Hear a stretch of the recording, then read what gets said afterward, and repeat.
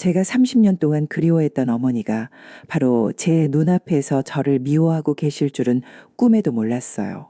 그것도 시어머니의 모습으로 말이죠. 저는 지금도 그때 그 냄새를 기억합니다. 소독약과 세탁비누가 섞인 그 특유의 고아원 냄새를 말이에요. 30살이 넘은 지금까지도 그 냄새만 맡으면 가슴이 먹먹해져요.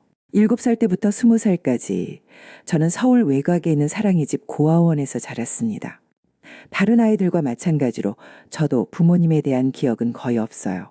아니, 정확히 말하면 있긴 했죠. 하지만 그것마저도 시간이 지날수록 점점 흐려져 갔어요. 원장 선생님은 제가 고아원에 온 첫날부터 똑같은 말씀을 하셨습니다. 저희 어머니가 교통사고로 돌아가셨고 아버지는 제가 태어나기 전에 이미 세상을 떠나셨다고요. 친척도 없고 갈 곳도 없어서 이곳에 오게 되었다고 하셨어요. 어린 마음에도 그 말이 너무 슬펐지만 그게 제 운명인 줄 알고 받아들였죠. 하지만 가끔 밤에 혼자 있을 때면 이상한 기억들이 떠올랐어요. 누군가 저를 꼭 안아주던 따뜻한 느낌, 자장가를 불러주던 부드러운 목소리, 그리고 달콤한 사과 냄새까지. 그게 정말 어머니였는지는 확신할 수 없었지만 그 기억만큼은 소중하게 간직했습니다.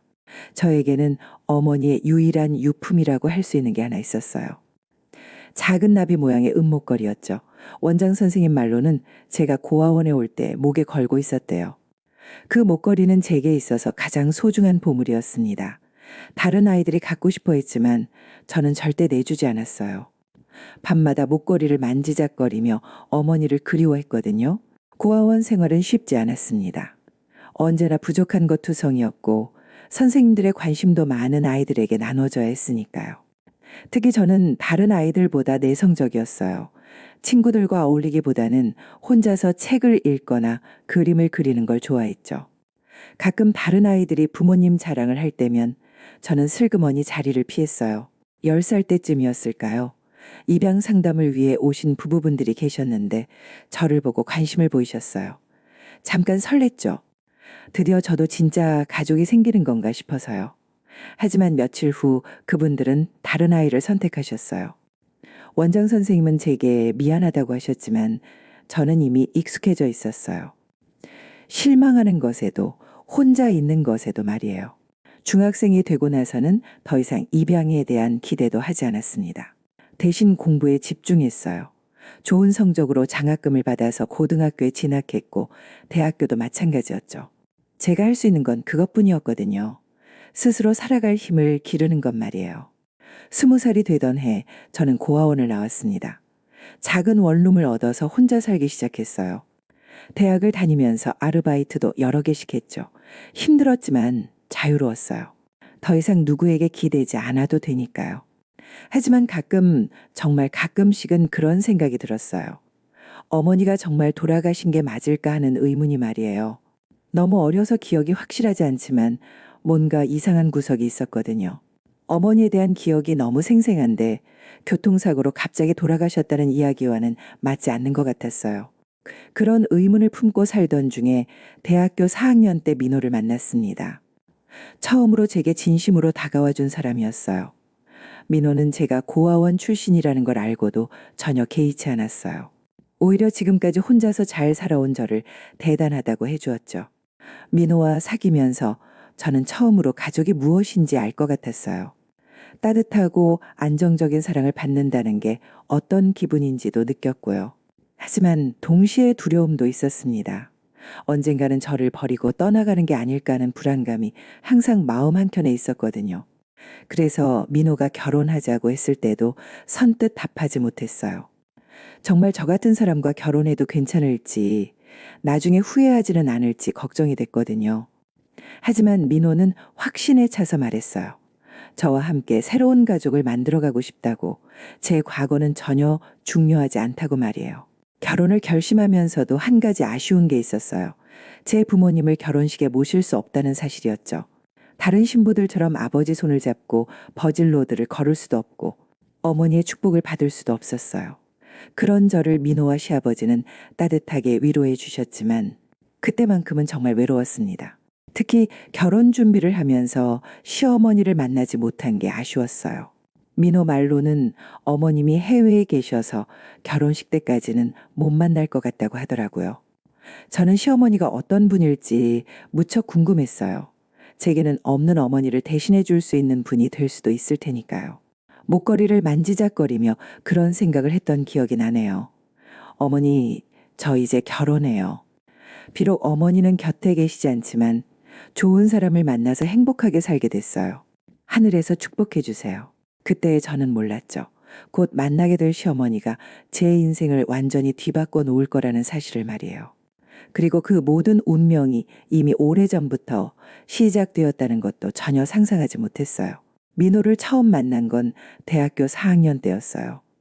회계학과 전공 수업에서였는데 그날따라 제가 늦어서 뒷자리에 앉게 되었거든요. 민호는 제 바로 앞자리에 앉아 있었어요. 수업이 끝나고 나가려는데 민호가 뒤돌아보더니 말을 걸었어요. 오늘 수업 내용 중에 이해 안 되는 부분이 있는데 같이 스터디할 생각이 없냐고 하더라고요. 사실 저는 그런 제안을 받은 게 처음이었어요. 워낙 혼자 다니는 걸 좋아해서 다른 학생들과 어울릴 기회가 별로 없었거든요. 처음에는 망설였죠. 하지만 민호의 눈빛이 너무 진실해 보였어요. 다른 남학생들처럼 다른 의도가 있는 것 같지도 않았고요. 그래서 용기를 내서 좋다고 했어요. 그게 제 인생을 바꾼 첫 번째 결정이었을까요? 스터디를 시작하면서 민호가 어떤 사람인지 알게 되었어요. 성실하고 책임감이 강한 사람이었죠. 무엇보다 저를 대할 때 편견이 전혀 없었어요. 제가 어떤 옷을 입든 어떤 가방을 들든 신경 쓰지 않았거든요. 다른 사람들은 제 낡은 옷차림을 보고 대충 형편을 짐작하곤 했는데 민호는 달랐어요. 한 달쯤 지났을 때였나요? 스터디가 끝나고 민호가 저녁을 같이 먹자고 했어요. 학교 근처 작은 분식점에서 떡볶이를 먹으면서 이런저런 이야기를 했는데 그때 처음으로 제 속마음을 털어놓았어요.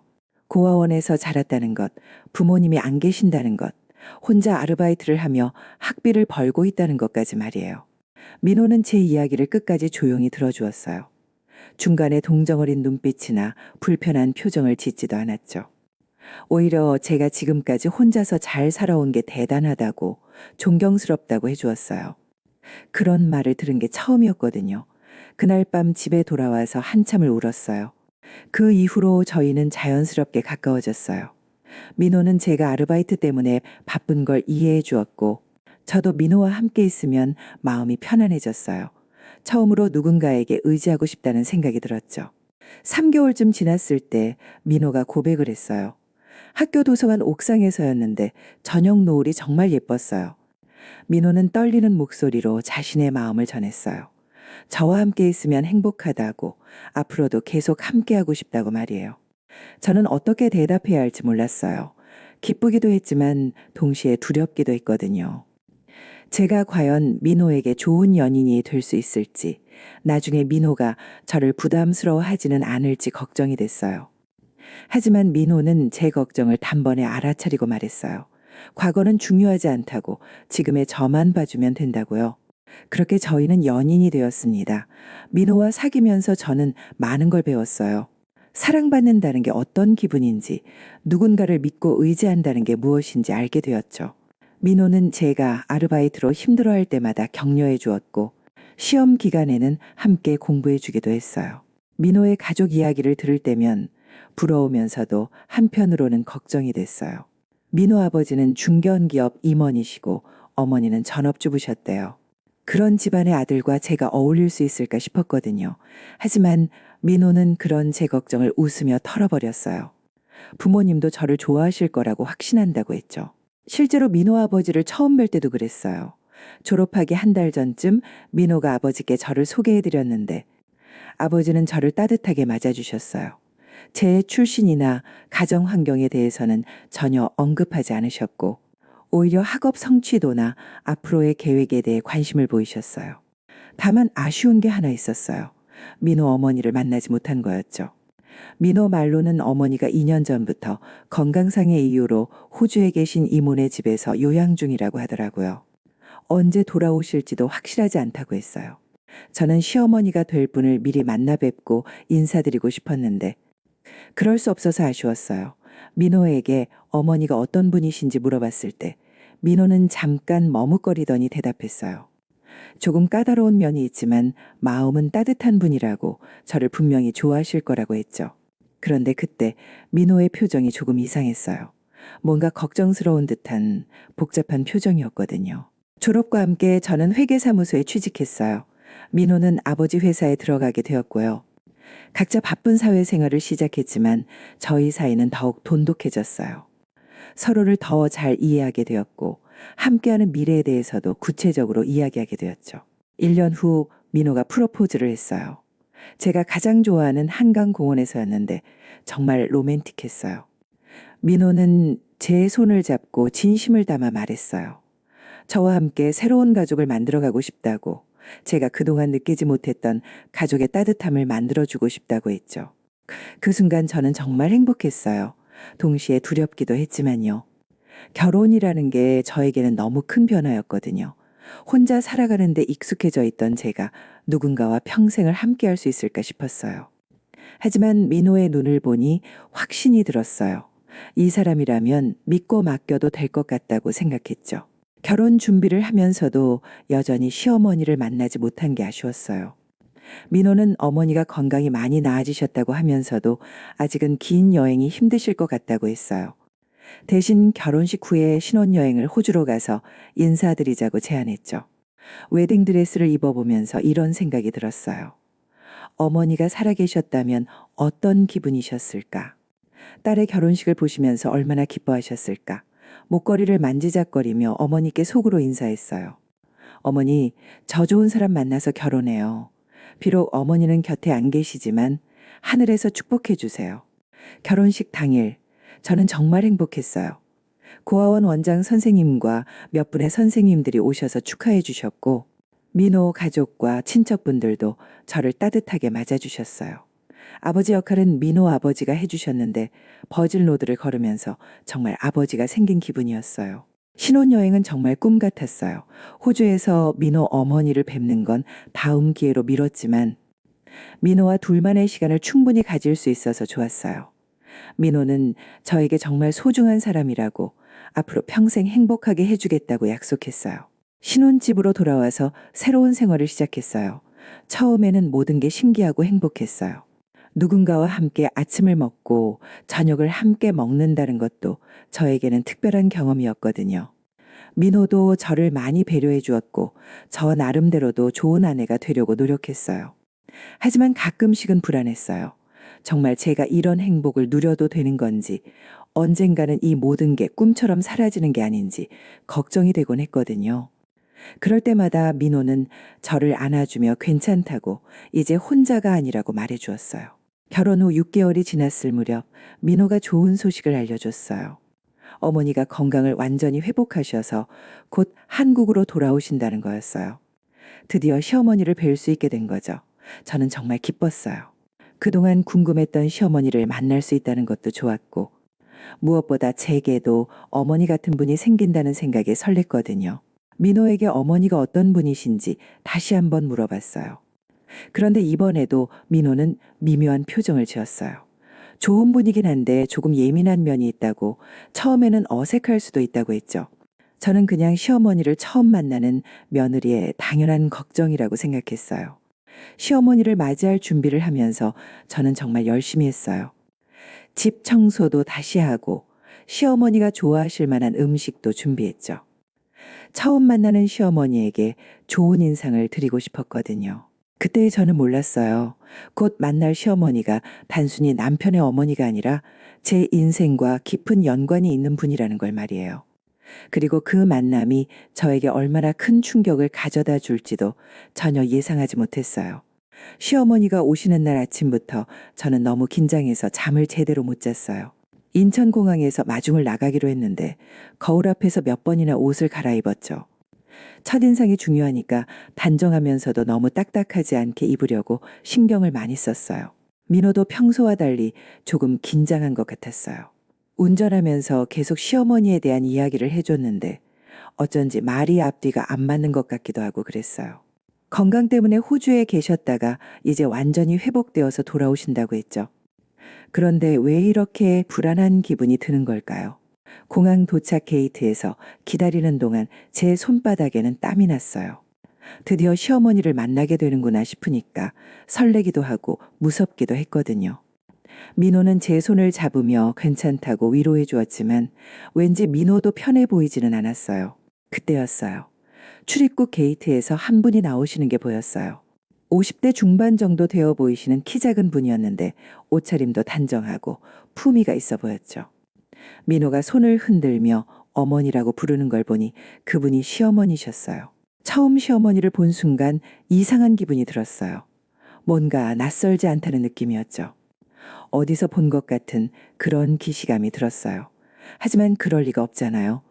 시어머니는 오랫동안 호주에 계셨고 저는 고아원에서 자랐으니까 만날 일이 있을 리 없었죠. 민호가 저를 소개했어요.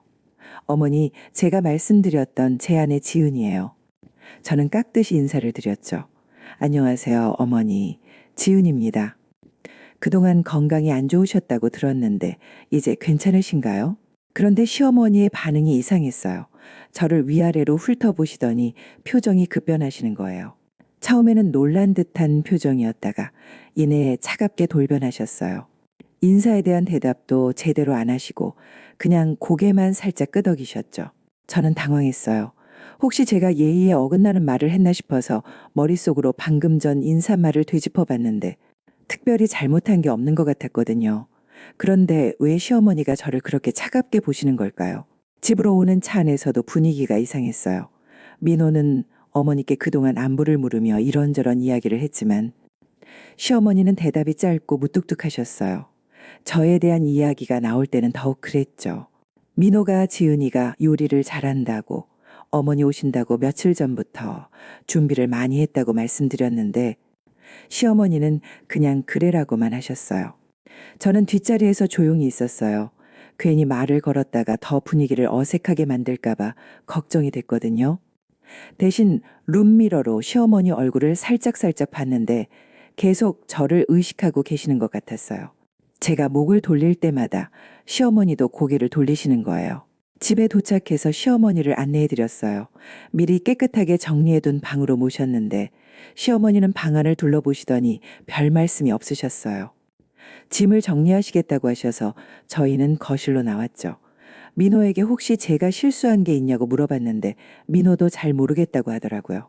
어머니가 워낙 피곤하셔서 그런 것 같다고 했어요. 저녁 준비를 하면서도 계속 신경이 쓰였어요. 시어머니가 좋아하실 만한 음식으로 정성껏 준비했는데 과연 마음에 드실까 걱정이 됐거든요. 특히 김치찌개는 민호가 어머니가 제일 좋아하신다고 해서 정말 신경 써서 끓였어요. 식탁에 음식을 차리고 시어머니를 모셨어요.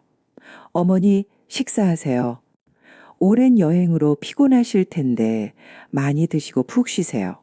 그런데 시어머니는 음식을 거의 드시지 않으셨어요. 젓가락으로 이것저것 건드리기만 하시더니 입맛이 없다고 하셨어요. 민호가 어머니께 괜찮으시냐고 걱정스럽게 물어봤어요. 그러자 시어머니가 처음으로 긴 말씀을 하셨어요. 호주 음식에 익숙해져서 그런지 한국 음식이 짜다고, 특히 김치찌개가 너무 맵다고 하시는 거예요. 제 마음이 확 상했죠. 민호가 좋아한다고 해서 정성껏 끓인 건데 그렇게 말씀하시니까요. 하지만 저는 참았어요. 시어머니 첫날이니까 이해해야 한다고 생각했거든요. 대신 다른 반찬들을 권해드렸는데 시어머니는 그것들도 별로라는 듯한 표정을 지으셨어요. 결국 시어머니는 밥 몇 숟가락만 드시고 일찍 들어가시겠다고 하셨어요. 민호와 둘만 남았을 때 저는 민호에게 물어봤어요. 어머니가 원래 저렇게 까다로우신 분이냐고. 혹시 제가 뭔가 잘못했나 싶다고요. 민호는 당황한 듯 말했어요. 평소보다 예민해 보이긴 하는데 아마 오랜 여행 때문에 피곤하신 것 같다고. 며칠 지나면 괜찮아지실 거라고 했죠. 그런데 며칠이 지나도 시어머니의 태도는 별로 나아지지 않았어요. 오히려 점점 더 까다로워지시는 것 같았어요. 제가 하는 모든 일에 대해서 뭔가 불만이 있어 보이셨거든요. 청소를 해도 요리를 해도 설거지를 해도 항상 부족한 점을 지적하셨어요. 특히 저에게만 유독 그러셨어요. 민호에게는 다정하게 대하시면서 저에게만은 차갑게 구셨죠. 처음에는 새로운 며느리에 대한 견제심이려니 했는데 점점 도가 지나치는 것 같았어요. 제가 입은 옷부터 시작해서 화장하는 방법, 말하는 투까지 모든 게 마음에 안 드신다고 하셨거든요. 가장 이상했던 건 제 과거에 대해서 계속 캐묻으시는 거였어요. 고아원이 어디에 있었는지, 언제부터 언제까지 있었는지, 부모님은 어떻게 돌아가셨는지 자세히 물어보셨어요. 처음에는 며느리에 대해 알고 싶어서 그러시는 줄 알았는데 너무 자세하게 물어보셔서 불편했어요. 어느 날은 제 목걸이를 보시더니 갑자기 표정이 변하셨어요.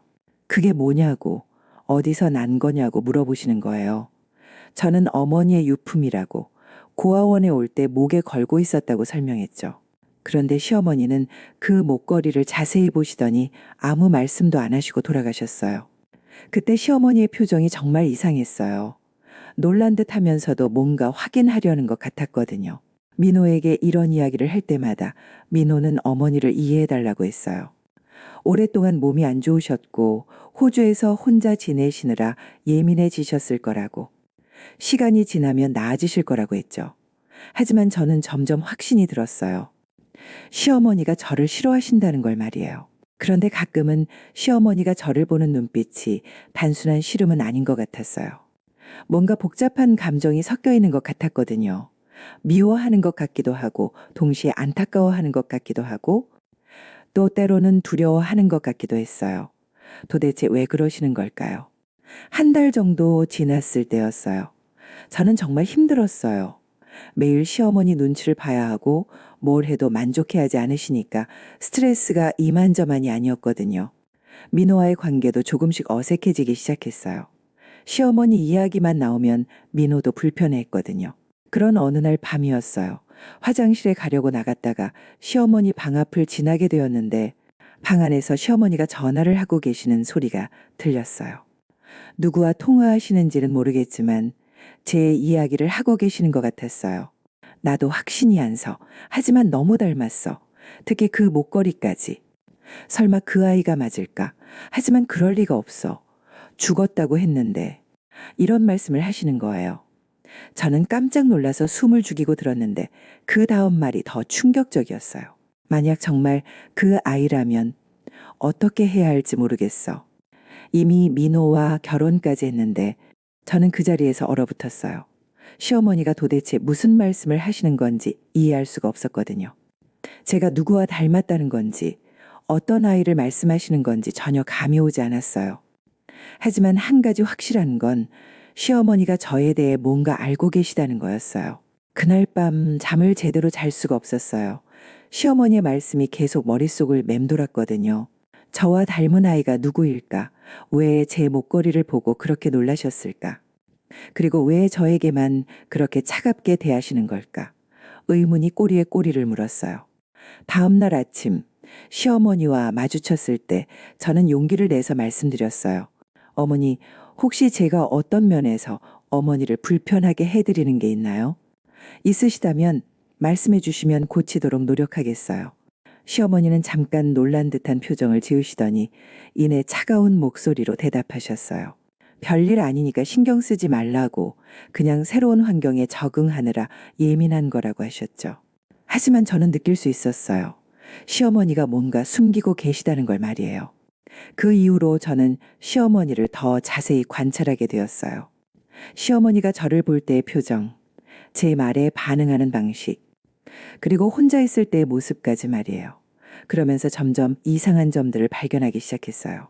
시어머니는 제가 보지 않을 때 자주 저를 바라보셨어요. 그리고 가끔 제 사진을 몰래 보시는 것 같기도 했고요. 한 번은 제가 설거지를 하고 있을 때 뒤에서 지켜보시는 느낌이 들어서 돌아봤는데 시어머니가 복잡한 표정으로 저를 보고 계시더라고요. 뭔가 큰 비밀이 숨어 있다는 확신이 들었어요. 그리고 그 비밀이 저와 깊은 관련이 있다는 것도 느낄 수 있었죠. 하지만 도대체 뭘까요? 시어머니와 저 사이에 어떤 연결고리가 있다는 말일까요? 그때까지만 해도 저는 상상도 못했어요. 그 모든 의문의 답이 이렇게 충격적일 거라는 걸 말이에요. 시어머니와 함께 살기 시작한 지 2달이 지나면서 상황은 더욱 악화됐어요. 처음에는 서로 적응하는 시간이 필요하다고 생각했는데 시간이 지날수록 시어머니의 태도는 더욱 차갑고 까다로워졌거든요. 아침에 일어나서 인사를 드려도 시어머니는 고개만 살짝 끄덕이실 뿐이었어요. 반면에 민호가 일어나면 우리 아들 잘 잤니? 하며 다정하게 맞아주셨죠. 같은 지붕 아래 사는데 이렇게 차별을 받으니까 마음이 상할 수밖에 없었어요. 더 힘든 건 끊임없는 지적이었어요. 제가 청소를 하면 구석구석 다시 확인하시면서 먼지가 남았다고 하셨고, 빨래를 하면 세제를 너무 많이 썼다거나 적게 썼다고 트집을 잡으셨어요. 요리를 할 때는 더욱 심했죠. 간이 짜다, 싱겁다, 불 조절을 제대로 못한다며 계속 간섭하셨어요. 지은아, 이렇게 해서는 안 되지. 우리 민호가 어려서부터 입이 까다로운데 이런 음식 먹으면 속 버려. 시어머니는 항상 이런 식으로 말씀하셨어요. 겉으로는 며느리를 가르치는 척 하시지만 사실은 제가 형편없다는 걸 계속 강조하시는 거였죠. 민호는 제 요리를 맛있다고 잘 먹었는데 시어머니만 오시고 나서부터 이런 말씀을 하시니까 정말 속상했어요. 가장 견디기 힘들었던 건 제 과거에 대한 끊임없는 캐묻기였어요. 시어머니는 마치 탐정처럼 제 어린 시절에 대해 자세히 물어보셨거든요. 지은아, 너 고아원에 언제 들어갔다고 했지? 7살? 그전에는 어디서 살았는데? 부모님이 어떻게 돌아가셨다고? 교통사고. 정말 확실한 거야? 고아원에서 너를 맡기러 온 사람이 누구였어? 친척이었나? 이런 질문들을 계속하시는 거예요. 저는 아는 것도 별로 없었고 기억나는 것도 거의 없다고 말씀드렸는데 시어머니는 만족하지 않으셨어요. 더 자세히 생각해 보라고, 분명히 뭔가 기억나는 게 있을 거라고 하시면서 계속 추궁하셨죠. 특히 제 목걸이에 대해서는 거의 집착에 가까웠어요. 어디서 난 건지, 정말 고아원에 올 때 가지고 있었던 건지, 비슷한 목걸이를 본 적은 없는지 계속 물어보셨어요. 심지어는 목걸이를 자세히 보고 싶다고 해서 벗어드린 적도 있었는데 한참 동안 들여다보시더니 아무 말씀 없이 돌려주셨어요. 그때 시어머니의 손이 떨리는 게 보였거든요. 민호에게 이런 이야기를 하면 민호는 항상 어머니를 감쌌어요. 어머니가 지은이를 더 알고 싶어서 그러시는 거라고, 며느리에 대한 관심의 표현이라고 했죠. 하지만 저는 그게 아니라는 걸 알 수 있었어요. 시어머니의 눈빛이 단순한 호기심이나 관심이 아니었거든요. 2달 반쯤 지났을 때 결정적인 사건이 일어났어요. 제가 감기에 걸려서 며칠 집에서 쉬고 있었는데 시어머니가 갑자기 제 방에 들어오셨어요. 평소에는 노크도 하고 들어오시는데 그날은 문을 벌컥 열고 들어오시더라고요. 저는 깜짝 놀라서 일어났는데 시어머니가 제 화장대를 뒤지고 계시는 거예요. 어머니, 뭘 찾으시는 거예요? 필요한 게 있으시면 말씀해 주시면 되는데요. 그렇게 말했는데 시어머니는 대답도 안 하시고 계속 서랍을 열어보셨어요. 결국 시어머니가 찾으시던 건 제 어린 시절 사진이었어요. 고아원에서 찍은 사진 몇 장이 있었는데 그걸 꺼내서 자세히 보시더라고요. 그리고 갑자기 물어보셨어요. 지은아, 너 정말 7살 때 고아원에 들어간 거 맞지? 그전 기억은 정말 하나도 없어? 저는 정말 기억이 안 난다고, 너무 어렸으니까 당연한 거 아니냐고 대답했어요. 그런데 시어머니가 하신 말씀이 이상했어요. 그럼 이 목걸이 정말 내가 고아원에 올 때부터 가지고 있던 거야? 다른 데서 본 적은 없고. 저는 당연하다고 대답했죠. 그게 제 유일한 부모님의 유품이라고, 절대 잃어버릴 수 없는 소중한 거라고 했어요. 그런데 시어머니의 얼굴이 창백해지시더라고요. 그럼 내 어머니 이름이 뭐였는지 알아? 모르겠어요. 고아원에서도 그런 건 알려주지 않았거든요. 성씨라도? 그것도 모르겠어요. 제가 박지은인 건 고아원에서 지어준 이름이라고 들었어요. 시어머니는 더 이상 말씀을 안 하시고 나가셨어요. 하지만 그날 이후로 시어머니의 태도가 완전히 바뀌었어요. 전에는 까다롭고 차갑기만 했는데 이제는 뭔가 두려워하시는 것 같았어요. 저를 볼 때마다 불안한 표정을 지으셨고 가끔은 피하시기까지 했거든요. 민호도 어머니의 변화를 눈치챘어요. 어머니가 왜 그러시는지 모르겠다고 병원에 가보시는 게 어떻겠냐고 했죠. 하지만 시어머니는 괜찮다고 하시면서 병원 가는 걸 거부하셨어요. 그 무렵부터 민호와 저 사이에도 미묘한 균열이 생기기 시작했어요. 민호는 어머니와 제 사이를 중재하려고 노력했지만 점점 어려워지는 상황에 스트레스를 받는 것 같았어요. 퇴근하고 집에 와서도 편하게 쉬지 못하고 항상 눈치를 봐야 하니까 힘들어했죠. 어느 날 밤 민호가 저에게 말했어요. 지은아, 미안해. 어머니가 좀 예민하시지? 조금만 참아줘. 시간이 지나면 나아지실 거야. 하지만 저는 이미 한계에 다다른 상태였어요. 매일 아침 눈을 뜨면 시어머니 눈치부터 봐야 하고 뭘 해도 틀렸다는 소리를 들어야 하니까 정말 지쳤거든요. 민호야, 나도 정말 노력하고 있어. 하지만 어머니가 나를 너무 싫어하시는 것 같아. 도대체 내가 뭘 잘못했는지 모르겠어. 민호는 그런 게 아니라고, 어머니도 지은이를 좋아하신다고 했지만 저는 믿을 수 없었어요. 시어머니의 눈빛을 봤거든요. 그건 단순한 까다로움이나 예민함이 아니었어요. 상황이 더욱 악화된 건 3개월째 되던 주말이었어요. 민호가 회사 일로 출장을 가게 되어서 시어머니와 단둘이 있게 되었거든요. 민호는 걱정스러워했지만 어쩔 수 없는 상황이었죠. 민호가 떠나고 나서 집안 분위기는 얼음장 같았어요. 시어머니는 거의 방에만 계셨고 식사 시간에만 나오셨어요. 그마저도 말씀을 거의 안 하시고 저와 눈도 마주치려 하지 않으셨죠. 그런데 둘째 날 밤에 이상한 일이 일어났어요. 새벽에 잠깐 잠이 깼는데 거실에서 소리가 나는 거예요. 나가보니 시어머니가 거실 소파에 앉아서 뭔가를 보고 계셨어요. 자세히 보니 제 결혼 사진이었어요. 어머니, 왜 안 주무세요? 몸이 안 좋으세요? 그렇게 물어봤는데 시어머니가 저를 보시더니 갑자기 눈물을 흘리시는 거예요. 저는 너무 당황해서 어쩔 줄 몰랐어요. 어머니, 왜 그러세요? 어디 아프세요? 그런데 시어머니가 하신 말씀이 너무 이상했어요. 지은아, 내가 원망스럽지 않니? 부모도 없이 혼자 자라면서 얼마나 힘들었을까? 저는 무슨 말씀인지 이해할 수 없었어요. 왜 갑자기 제 과거 이야기를 하시면서 우시는 건지, 그리고 왜 그렇게 죄송하다는 듯한 표정을 지으시는 건지 알 수가 없었거든요. 어머니, 괜찮아요. 저는 이제 행복해요. 민호도 있고 어머니도 계시고. 하지만 시어머니는 더욱 울음을 터뜨리셨어요. 그리고 중얼거리듯 말씀하셨어요. 미안해. 정말 미안해. 그때 다른 방법이 없었어. 저는 도대체 무슨 말씀인지 모르겠어서 더 자세히 물어보려고 했어요. 하지만 시어머니는 갑자기 정신을 차리시더니 아무것도 아니라고, 그냥 잠시 예전 생각이 나서 그랬다고 하시면서 방으로 들어가셨어요. 그날 밤 저는 잠을 잘 수가 없었어요. 시어머니의 말씀이 계속 머릿속을 맴돌았거든요. 그때 다른 방법이 없었어라는 말이 특히 신경 쓰였어요. 도대체 무슨 일을 말씀하시는 걸까요? 다음 날 아침 민호가 출장에서 돌아왔어요. 저는 민호에게 어젯밤 일을 이야기했지만 민호는 별일 아닐 거라고 했어요. 어머니가 요즘 감정 기복이 심하신 것 같다고 병원에 가보시라고 권해봐야겠다고 했죠. 하지만 저는 알 수 있었어요. 시어머니가 뭔가 큰 비밀을 숨기고 계시다는 걸 말이에요. 그리고 그 비밀이 저와 깊은 관련이 있다는 것도 느낄 수 있었거든요. 그 이후로 며칠 더 지나면서 시어머니의 행동은 더욱 이상해졌어요. 저를 피하시는 건 물론이고 가끔 저를 바라보시다가 제가 눈치채면 급하게 시선을 돌리시곤 했어요. 그리고 혼자 있을 때 자주 한숨을 쉬시거나 뭔가 고민에 잠겨 계시는 모습을 볼 수 있었어요. 특히 매월 15일만 되면 시어머니는 더욱 우울해지셨어요. 그날은 아침부터 말씀도 거의 안 하시고 식사도 제대로 안 하셨거든요. 민호에게 왜 그러시는지 물어봤더니 민호도 잘 모르겠다고 하더라고요. 어려서부터 어머니가 매달 그날만 되면 우울해지셨는데 이유를 말씀해 주신 적이 없다고 했어요. 어느 날은 시어머니가 제 사진을 몰래 보시는 걸 발견했어요.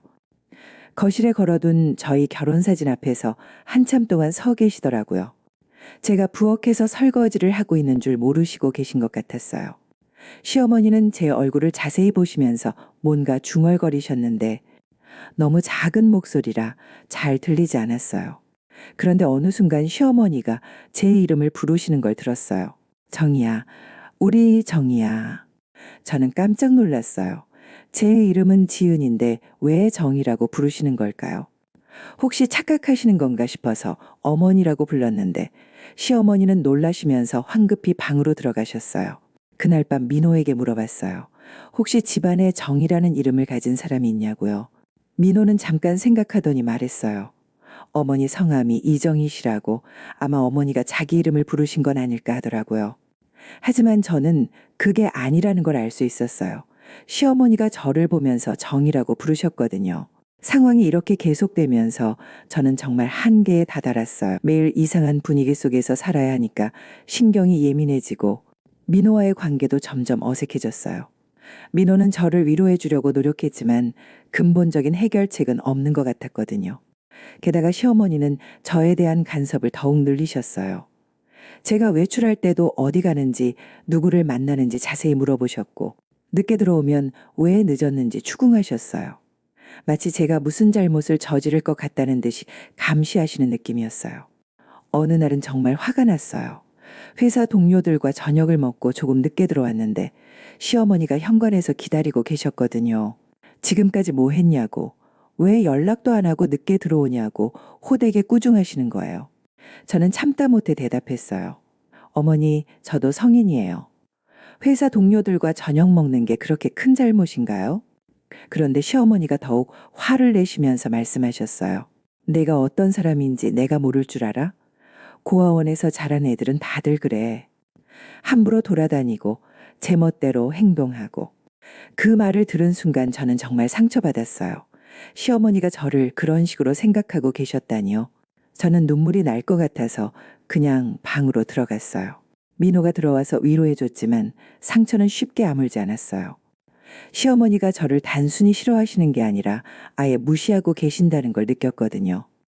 고아원 출신이라는 이유만으로 저를 신뢰할 수 없는 사람으로 보시는 것 같았어요. 하지만 동시에 이상한 모순도 느꼈어요.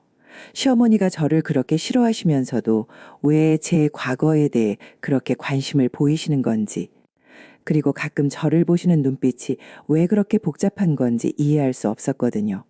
특히 제 목걸이를 볼 때마다 시어머니의 반응이 이상했어요. 처음에는 호기심 어린 눈빛이었다가 점점 불안하고 두려워하시는 표정으로 바뀌셨거든요. 마치 그 목걸이가 무서운 것이라도 되는 것처럼 말이에요. 결혼 4개월째가 되어갈 무렵 저는 정말 더 이상 견딜 수 없다고 생각했어요. 매일 스트레스를 받으면서 살 수는 없잖아요. 민호에게 진지하게 이야기해야겠다고 마음먹었어요. 이대로는 우리 결혼 생활이 지속될 수 없다고, 뭔가 해결책을 찾아야 한다고 말이에요. 그런데 바로 그때였어요. 운명을 바꿀 결정적인 사건이 일어난 건 말이에요. 그동안 품고 있던 모든 의문의 실마리를 찾게 된 순간이었죠. 하지만 그 진실은 제가 상상했던 것보다 훨씬 충격적이었어요. 시어머니와 제 사이에 숨겨진 비밀, 그 엄청난 진실을 알게 되면서 제 인생은 완전히 뒤바뀌게 되었거든요.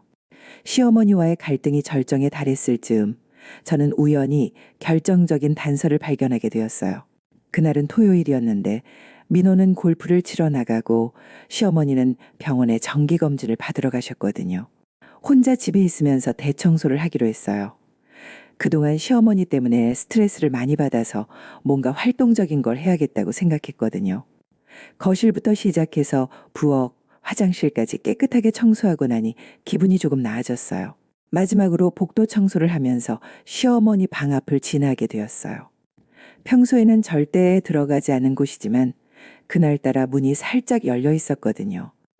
처음에는 그냥 지나치려고 했는데 방 안에서 뭔가 반짝이는 게 보였어요. 호기심이 생겨서 조금 더 가까이 가봤는데 시어머니 화장대 위에 오래된 사진첩이 놓여 있는 게 보였어요. 표지가 많이 낡아서 언제 것인지도 알 수 없을 정도였죠. 평소에 본 적이 없는 사진첩이었어요. 잠깐 망설였어요. 들어가서 봐도 될까 싶어서요. 하지만 그동안 시어머니가 저에 대해 숨기고 있는 게 많다는 생각이 들어서 용기를 냈어요. 혹시 시어머니의 과거에 대해 알 수 있는 단서가 있을지도 모르잖아요.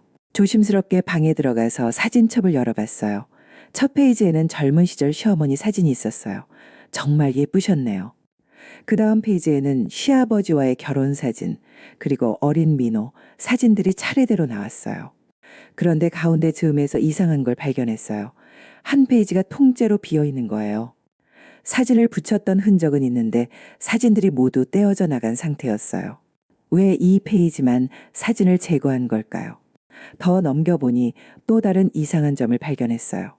30년 전쯤으로 보이는 페이지에 어린아이 사진이 하나 있었는데 그 아이가 저와 너무 닮은 거예요. 나이로 봐서는 5살 정도 되어 보이는 아이였는데 눈매며 코 모양이 어릴 적 제 모습과 정말 비슷했어요. 사진 뒤에는 연필로 쓴 글씨가 있었어요. 우리 정이 6살 생일이라고 적혀 있더라고요.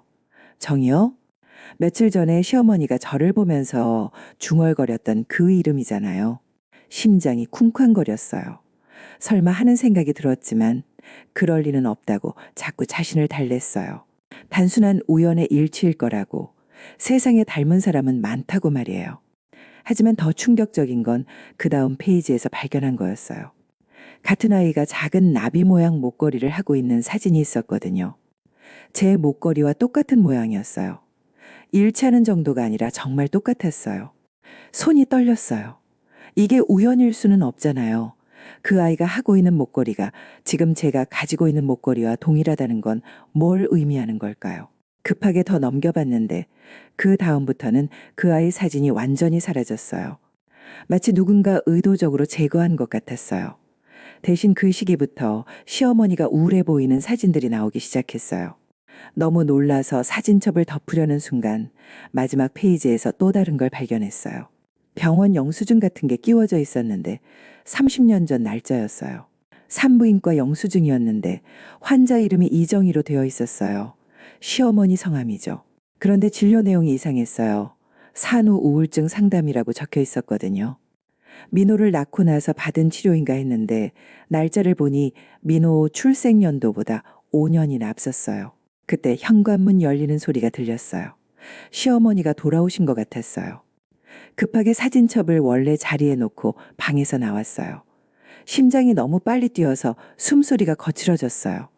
시어머니가 복도에서 저와 마주쳤을 때 저는 자연스럽게 행동하려고 애썼어요. 어머니, 일찍 오셨네요. 병원은 어떠셨어요? 그렇게 말했는데 목소리가 떨리는 걸 숨길 수 없었어요. 시어머니는 저를 이상하게 쳐다보시더니 방으로 들어가셨어요. 잠깐 후 방에서 뭔가 움직이는 소리가 들렸는데 아마 사진첩을 확인하시는 것 같았어요. 그날 밤 저는 잠을 전혀 잘 수가 없었어요. 사진첩에서 본 그 아이가 계속 머릿속을 맴돌았거든요. 저와 너무 닮았고 같은 목걸이까지 하고 있었어요. 그리고 이름이 정이라는 것까지. 다음날 아침 저는 용기를 내서 시어머니에게 물어봤어요. 어머니, 혹시 예전에 딸이 계셨어요? 시어머니가 깜짝 놀라시더니 무슨 소리냐고 하셨어요. 민호 외에는 자식이 없다고 왜 갑자기 그런 걸 묻냐고 하시더라고요. 그냥 어제 우연히 정이라는 이름을 들었는데 혹시 아시는 분인가 해서요. 그 순간 시어머니 얼굴이 창백해졌어요. 정이가 누구냐고 어디서 그 이름을 들었냐고 다그치시더라고요. 저는 그냥 지나가다 들은 거라고 얼버무렸어요. 그 이후로 시어머니는 더욱 예민해지셨어요. 저를 감시하시는 것 같기도 하고 뭔가 경계하시는 것 같기도 했어요. 특히 제가 시어머니 방 근처에 가기만 해도 긴장하시는 모습이 역력했어요. 며칠 후에는 이상한 일이 또 일어났어요.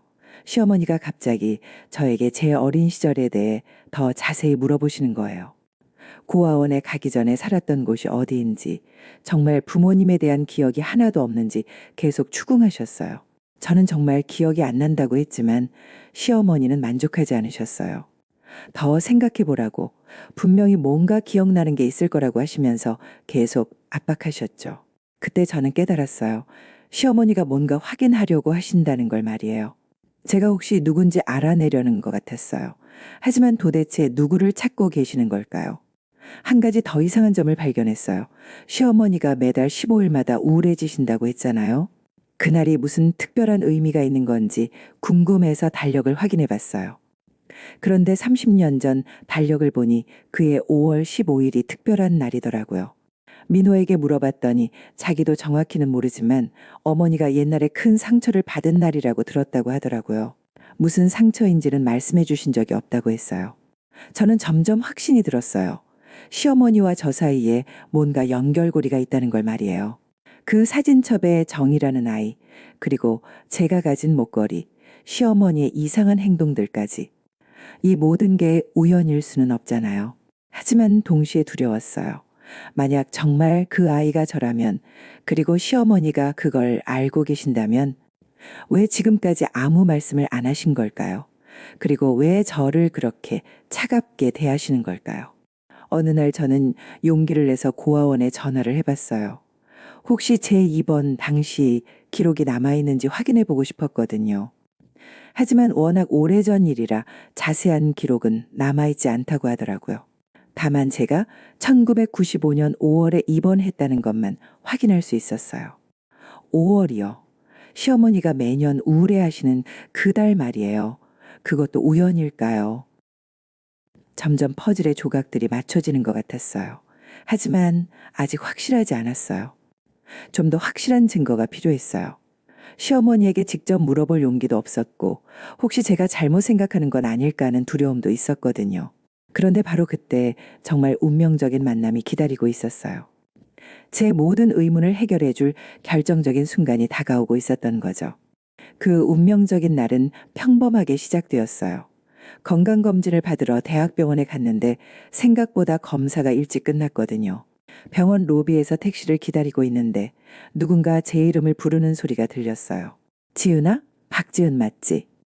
뒤돌아보니 중년 여성분이 계셨어요.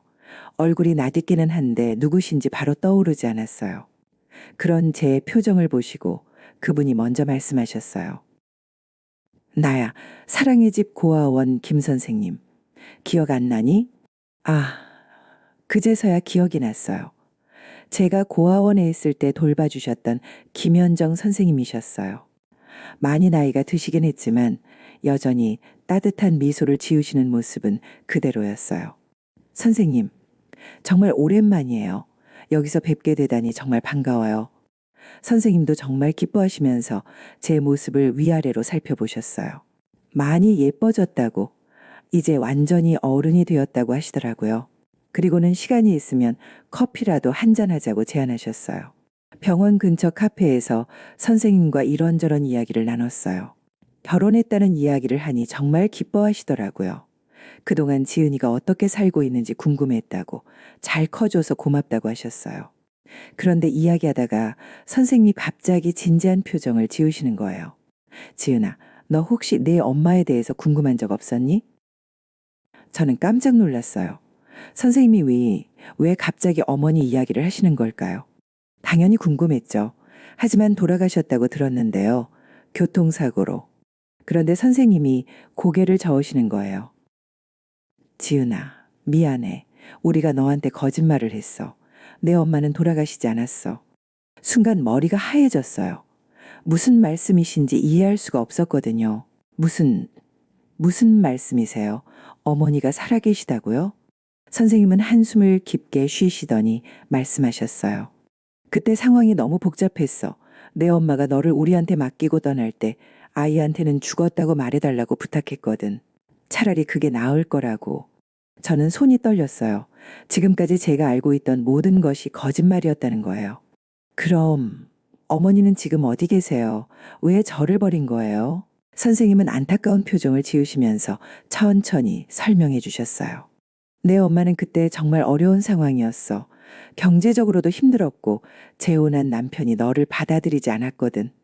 너무 젊었고 혼자서 널 키울 여건이 안 되었어. 그래도 왜 저를 버린 거예요? 버린 게 아니야, 지은아. 내 엄마는 정말 마지막까지 고민했어. 하지만 그때는 다른 방법이 없었어. 그리고 선생님이 잠깐 망설이시더니 계속 말씀하셨어요. 내 엄마는 그 후로도 계속 너를 찾으려고 노력했어. 몇 번이나 고아원에 와서 내 소식을 물어봤거든. 하지만 개인정보 보호 때문에 자세한 건 알려드릴 수 없었어. 제 마음은 완전히 뒤죽박죽이었어요. 어머니가 살아계시다는 것도 충격적이었지만 저를 찾으려고 노력하셨다는 말이 더욱 충격적이었어요. 그럼 어머니 이름이 뭐예요? 지금은 어디 계시고요? 이정희 씨. 그런데 지금 어디 계시는지는 나도 몰라. 마지막으로 본 게 한 10년 전쯤인데 그때도 너를 찾고 있다고 하시더라. 이정희요? 저는 심장이 멎는 줄 알았어요. 그게 바로 시어머니 성함이잖아요. 선생님, 혹시 그 이정희 씨가 어떻게 생겼는지 기억하세요? 선생님이 기억을 더듬으시더니 말씀하셨어요. 키가 작고 말랐는데 인상이 선했어. 그리고 항상 슬픈 표정을 지우고 있었지. 아, 그리고 너와 정말 많이 닮았어. 특히 눈이. 저는 더 이상 들을 수가 없었어요. 모든 퍼즐이 맞춰지고 있었거든요. 선생님, 혹시 제가 고아원에 온 날짜가 정확히 언제인지 아세요? 1995년 5월 15일이었어. 그날을 어떻게 잊겠니?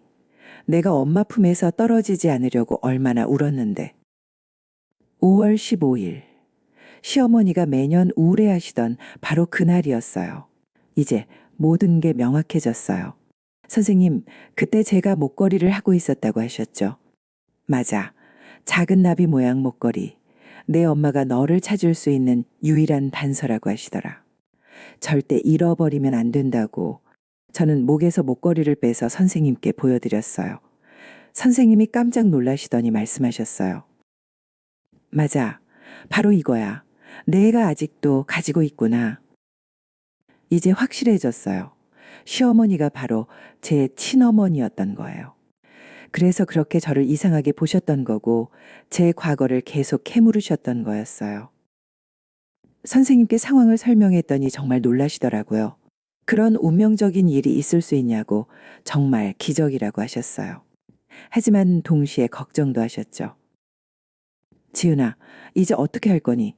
내 시어머니, 아니, 내 엄마한테 말할 거야? 저는 정말 혼란스러웠어요. 어떻게 해야 할지 전혀 모르겠었거든요. 30년 만에 다시 만난 어머니가 시어머니였다니 이런 일이 정말 있을 수 있는 걸까요? 선생님과 헤어진 후 집으로 돌아가는 길에 머릿속이 복잡했어요. 그동안의 모든 일들이 새로운 의미로 다가왔거든요. 시어머니가 저를 차갑게 대했던 과거를 계속 캐물었던 것도, 그리고 가끔 저를 보시며 눈물을 흘리셨던 것도 이제 이해가 됐어요. 시어머니는 저를 알아보셨던 거예요.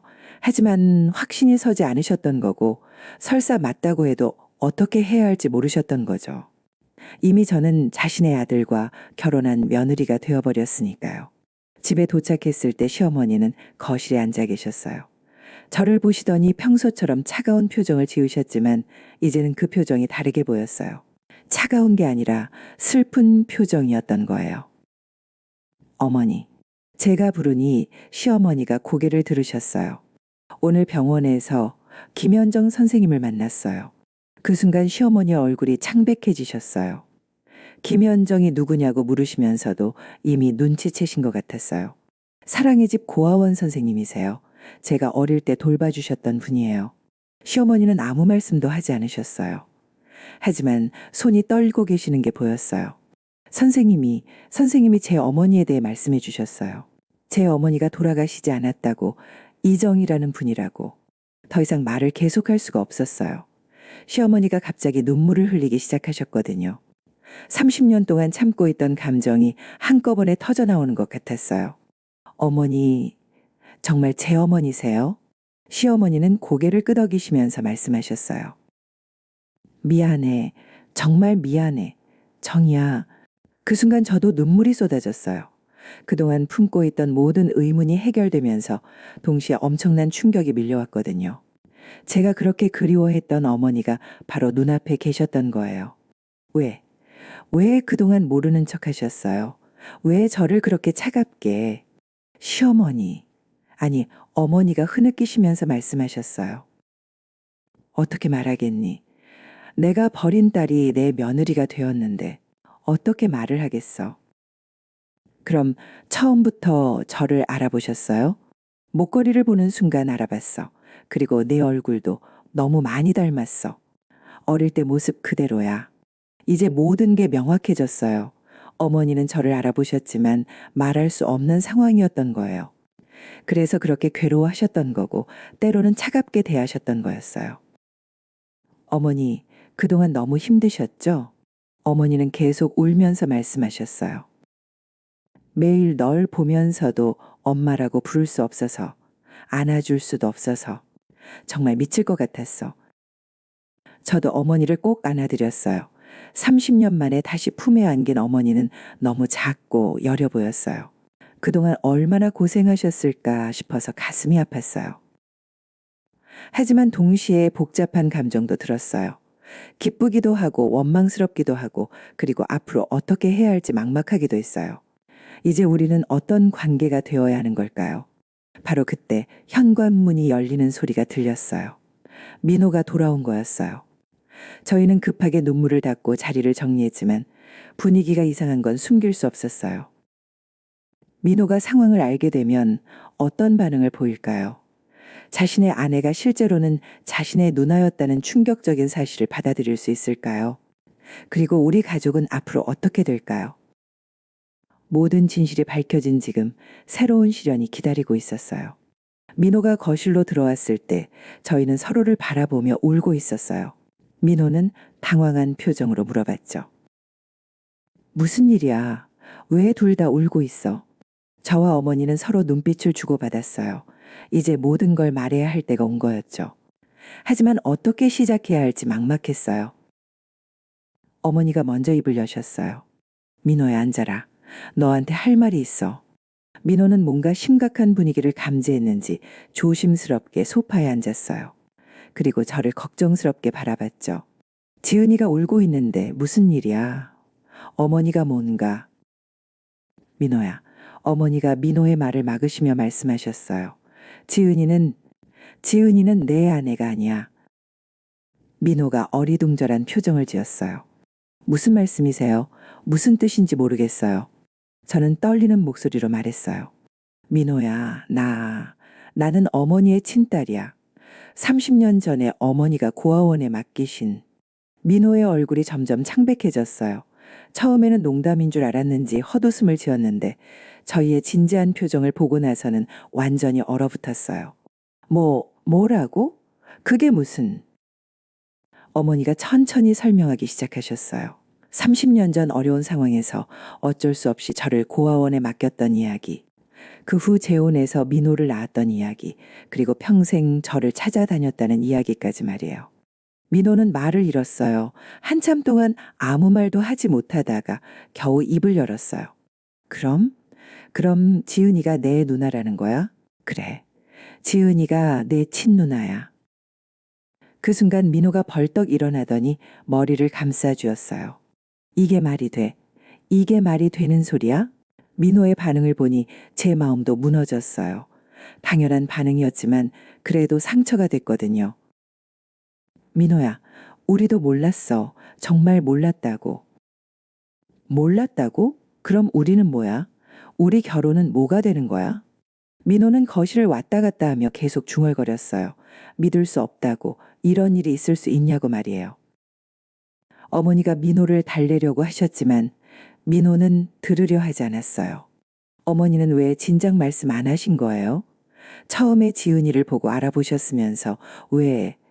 어떻게 말하겠니? 너희가 이미 결혼한 상황에서 어떻게? 민호가 갑자기 저를 쳐다봤어요. 그 눈빛이 너무 차가웠어요.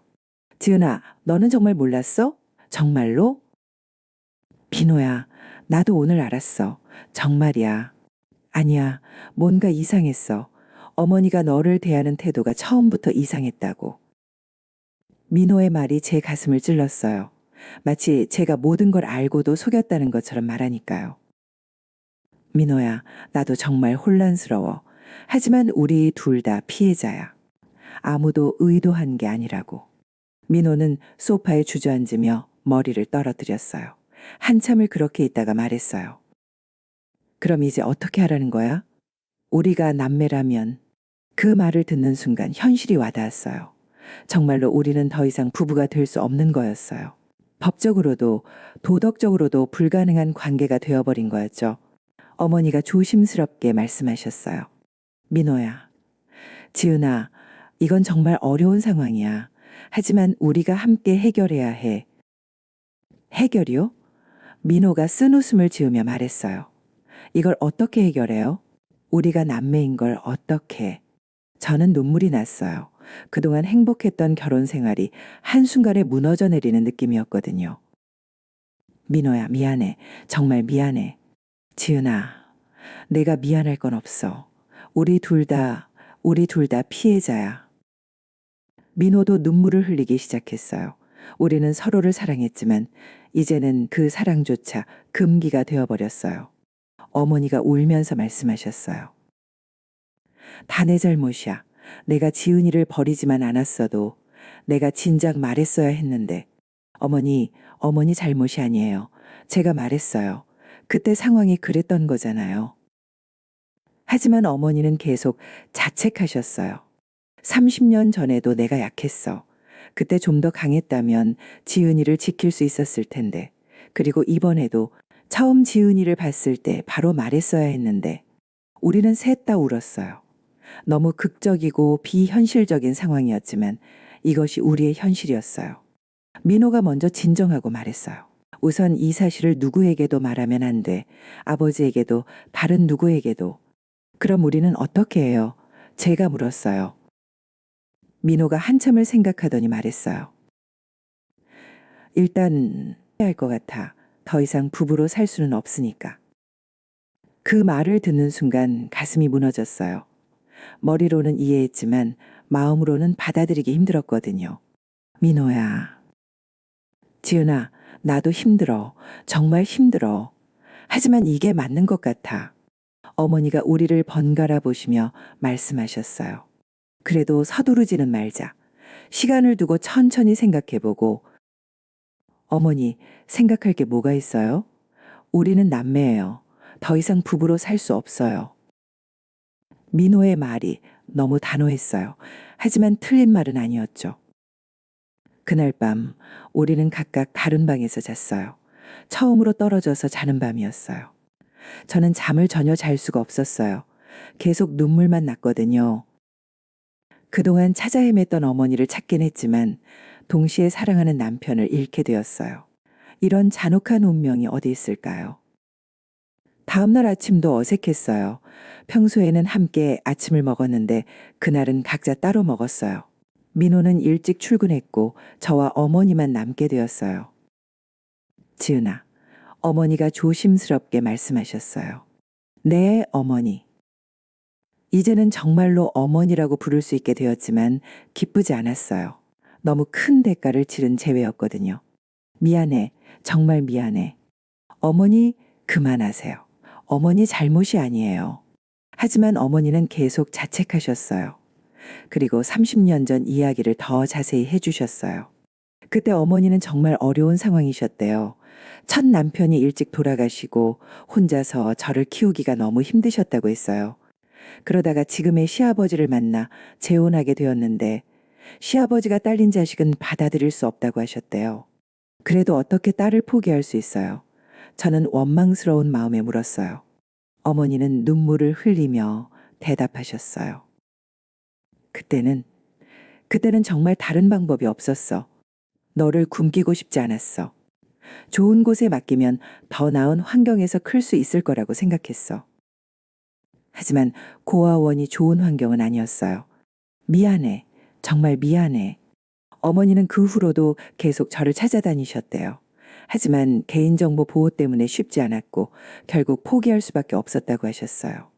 그런데 어떻게 저를 찾지 못하셨어요? 이름이라도. 내 이름을 바꿨거든. 고아원에서 새 이름을 지어줬다고 했어. 그래서 더 찾기 어려웠어. 이제 모든 게 이해됐어요. 왜 어머니가 그렇게 저를 찾지 못하셨는지, 그리고 왜 우연히 이렇게 만나게 되었는지 말이에요. 하지만 이해한다고 해서 상황이 나아지는 건 아니었어요. 우리는 여전히 해결할 수 없는 문제에 직면해 있었거든요. 그날 오후 민호가 일찍 집에 왔어요. 표정이 많이 심각했어요. 지은아, 어머니, 앉아보세요. 이야기할 게 있어요. 우리는 다시 거실에 모였어요. 민호가 입을 열었어요. 오늘 하루 종일 생각해봤는데 역시 이혼하는 게 맞는 것 같아요.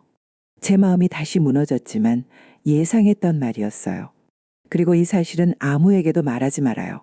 그냥 성격 차이로 이혼한다고 하죠. 어머니가 안타까운 표정으로 말씀하셨어요. 그래도 너무 서둘지 말고. 어머니, 더 이상 미룰 수 없어요. 이 상황 자체가 잘못된 거잖아요. 저는 고개를 끄덕였어요. 민호 말이 맞았거든요. 알겠어. 민호야, 이혼하자. 그렇게 우리의 운명적인 재회는 또 다른 이별로 이어지게 되었어요. 30년 만에 찾은 어머니와 함께 있기 위해서는 사랑하는 남편을 포기해야 했어요. 정말 잔혹한 운명이었지만 이것이 우리가 선택할 수 있는 최선이었어요. 이혼을 결정한 후 며칠 동안은 정말 어색했어요. 같은 집에 살면서도 서로 피하게 되더라고요. 민호는 일찍 나가서 늦게 들어왔고 저는 어머니와 시간을 보내려고 노력했어요. 하지만 어머니와의 관계도 쉽지 않았어요. 30년 동안 떨어져 있었던 모녀가 갑자기 가까워질 수는 없는 노릇이었거든요. 서로 조심스러워하고 뭘 말해야 할지 몰라 하는 경우가 많았어요. 며칠 후 어머니가 저에게 말씀하셨어요. 지은아, 우리 잠깐 산책이라도 할까? 이야기하고 싶은 게 있어. 근처 공원에서 어머니와 함께 걸으면서 이야기를 나눴어요. 어머니는 그동안 하지 못했던 말씀들을 꺼내기 시작하셨어요. 지은아, 내가 정말 원망스럽지 않니? 어머니를 미워하지 않아? 저는 솔직하게 대답했어요. 처음에는 정말 원망스러웠어요. 왜 저를 버렸냐고, 왜 찾아오지 않았냐고. 하지만 지금은 어머니도 어쩔 수 없는 상황이셨다는 걸 알겠어요. 어머니가 눈물을 글썽이시면서 말씀하셨어요. 고마워. 그렇게 말해줘서. 하지만 어머니, 저는 궁금한 게 있었어요. 왜 처음에 저를 그렇게 차갑게 대하셨어요? 알아보셨으면서 왜 그렇게? 어머니는 한숨을 깊게 쉬시더니 설명해 주셨어요. 지은아, 너를 처음 봤을 때 정말 심장이 멎는 줄 알았어. 그 목걸이를 보는 순간 확신이 들었거든. 하지만 동시에 무서웠어. 무서우셨다고요? 그래, 너를 버린 엄마가 어떻게 다시 나타날 수 있겠어? 게다가 넌 이미 내 며느리가 되어 있었고 어떻게 해야 할지 정말 모르겠더라. 어머니의 심정을 이해할 수 있었어요. 저도 똑같이 혼란스러웠을 테니까요. 그래서 일부러 차갑게 대하셨던 거예요? 그게 아니야. 처음에는 정말 너무 기뻤어. 내 딸을 다시 만났다는 게 꿈만 같았거든. 하지만 어머니가 말을 멈추시더니 계속하셨어요. 너를 보면 볼수록 미안하고 죄송했어. 그리고 무엇보다 무서웠어.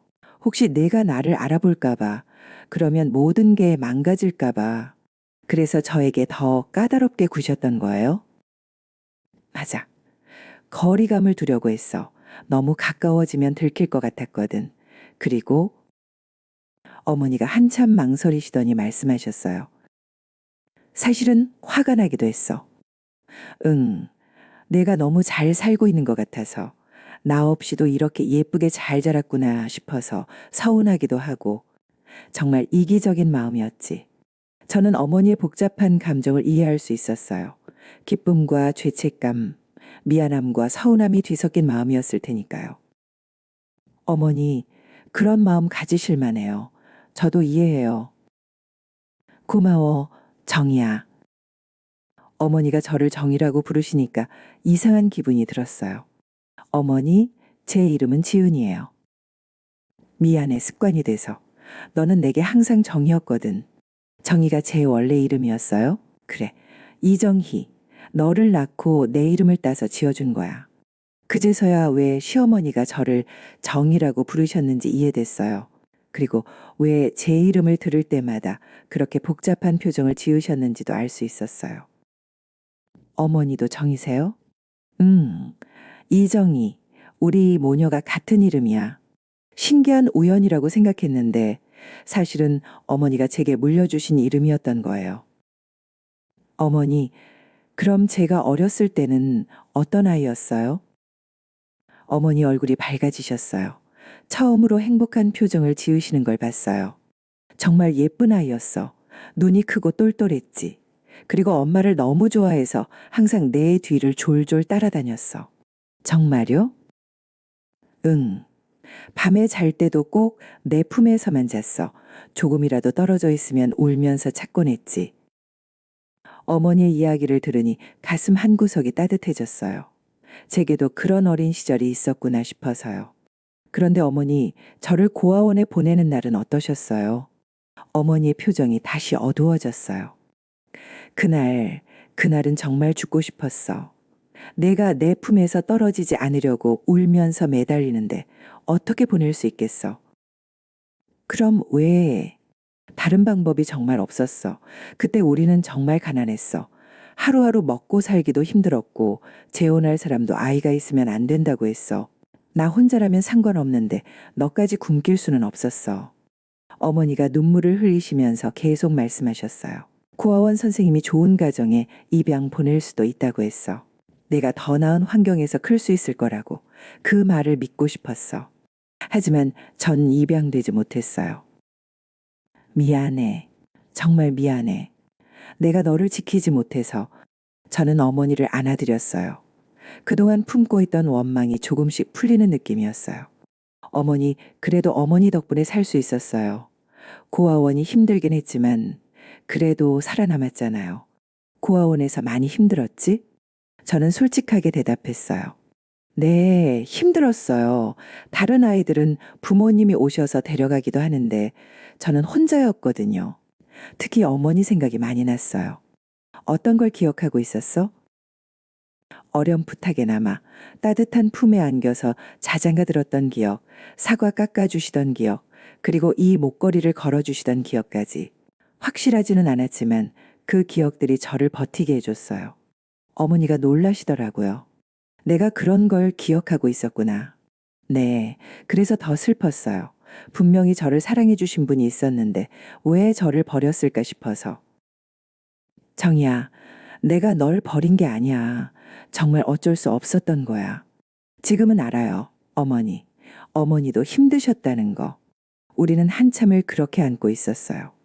30년 만에 나눈 진짜 모녀의 대화였어요. 어머니, 그럼 그 후에는 어떻게 사셨어요? 저를 찾으려고 노력하셨다고 했는데 어머니가 고개를 끄덕이시며 말씀하셨어요. 재혼하고 민호를 낳긴 했지만 하루도 너를 잊은 적이 없었어. 고아원에 몇 번이나 찾아갔는데 개인정보 때문에 알려줄 수 없다고 하더라. 그래서 포기하셨어요? 포기한 게 아니야. 사립탐정도 고용해보고 여기저기 수소문도 해봤어. 하지만 내 이름이 바뀌어서 찾을 수가 없었어. 어머니가 그렇게 저를 찾으셨다는 걸 알고 나니 마음이 많이 놓였어요. 어머니, 저도 어머니를 찾고 싶었어요. 하지만 돌아가셨다고 해서. 그것도 내가 부탁한 거야. 차라리 그게 나을 거라고 생각했어. 정말 바보 같은 판단이었지. 왜 그렇게 생각하셨어요? 너한테 상처를 주고 싶지 않았어. 엄마가 살아있으면서도 찾아오지 않는다면 더 상처받을 거라고 생각했거든. 어머니의 마음을 이해할 수 있었어요. 잘못된 판단이었지만 저를 생각해서 내린 결정이었던 거죠. 어머니, 그동안 정말 힘드셨겠어요. 매일 후회했어. 특히 5월 15일만 되면, 너를 보낸 그날만 되면 정말 괴로웠어. 그래서 시어머니가 매달 그날만 되면 우울해 하셨던 거구나 싶었어요.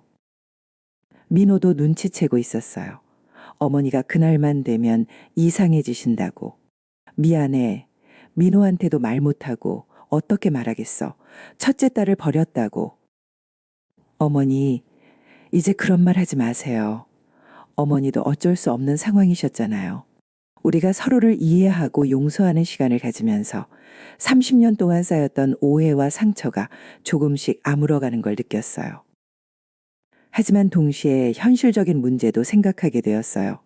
이제 어머니와 다시 만났지만 민호와는 이혼해야 하는 상황이었거든요. 어머니, 앞으로 우리는 어떻게 해야 할까요? 어머니도 걱정스러운 표정을 지으시며 말씀하셨어요. 정말 어려운 상황이야.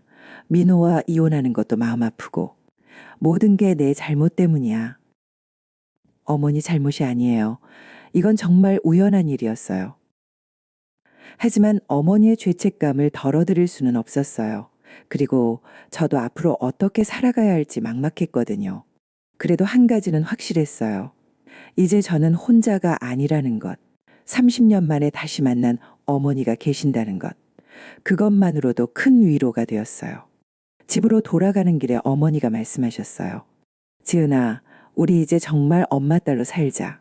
잃어버린 시간은 되돌릴 수 없지만 앞으로라도 내 어머니, 저도 그러고 싶어요. 하지만 마음 한구석에는 여전히 민호에 대한 그리움이 남아 있었어요.